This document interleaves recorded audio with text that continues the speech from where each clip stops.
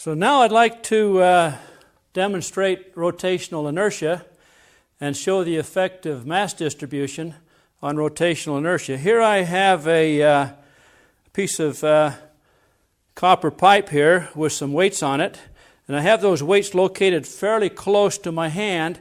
What I'm going to do is I'm going to rotate this with as much torque as I can exert with my hand and rotate it back and forth as a torsional pendulum. And notice how fast I can rotate it when the weights are fairly close in.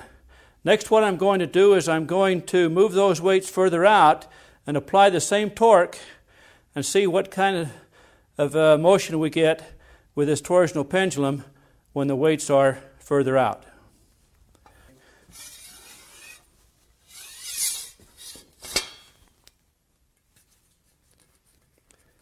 Got a little golf tee I put through a hole there to hold the weights in position. Now I have the same total mass, but the distribution of mass is different than it was before. I apply the same torque as I did before, try to, and we see that it swings much more slowly, indicating that we have a greater rotational inertia when the mass is further from the center of rotation. Distribution of mass and rotational inertia.